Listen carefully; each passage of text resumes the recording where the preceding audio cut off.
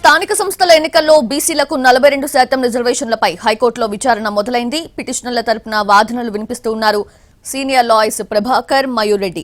ప్రభుత్వం తరపున ఆన్లైన్లో ఏజీ సుదర్శన్ రెడ్డి హాజరయ్యారు. జీవో గెజిట్ కానప్పుడు ఎందుకు ఆందోళన చెందుతున్నారని విచారణ సందర్భంగా హైకోర్టు ప్రశ్నించింది.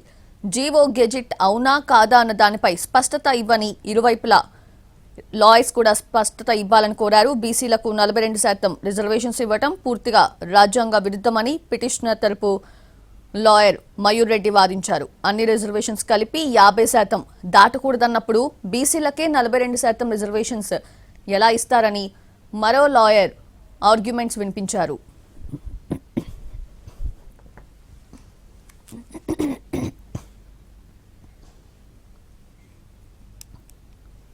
స్థానిక సంస్థల ఎన్నికల్లో బీసీలకు 42% రిజర్వేషన్లపై హైకోర్టులో విచారణ మొదలైంది. పిటిషనర్ల తరపున వాదనలు వినిపిస్తూ ఉన్నారు senior lawyers Prabhakar, Mayur Reddy.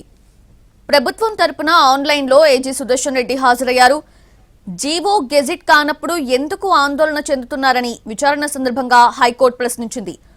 GO gazette అవునా కాదా అన్న దానిపై స్పష్టత ఇవ్వాలని లాయర్స్ కోరారు. బీసీలకు 42% రిజర్వేషన్స్ ఇవ్వటం పూర్తిగా రాజ్యాంగ విరుద్ధమని పిటిషనర్ లాయర్ మయూర్ రెడ్డి వాదించారు. అన్ని రిజర్వేషన్స్ కలిపి 50% దాటకూడదన్నప్పుడు బీసీలకే 42% రిజర్వేషన్స్ ఎలా ఇస్తారని లాయర్ మయూర్ రెడ్డి ఆర్గ్యుమెంట్స్ వినిపించారు.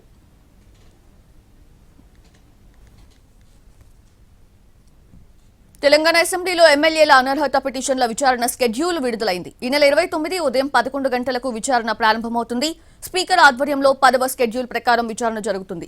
మొదటగా ప్రకాష్ గౌడ్ ని విచారిస్తారు. తర్వాత కాలయ్య యాదయ్య విచారణ ఉంటుంది. అదే రోజు మధ్యాహ్నం 1 గంటకు గూడెం మహిపాల్ రెడ్డి విచారణ జరుగుతుంది. మధ్యాహ్నం 3 గంటలకు బండ్ల కృష్ణమోహన్ రెడ్డిని విచారిస్తారు. క్రాస్ ఎగ్జామినేషన్ దశలో న్యాయవాదులు కీలక వాదనలు వినిపిస్తారు. అక్టోబర్ 1న మరోసారి విచారణ జరుగుతుంది.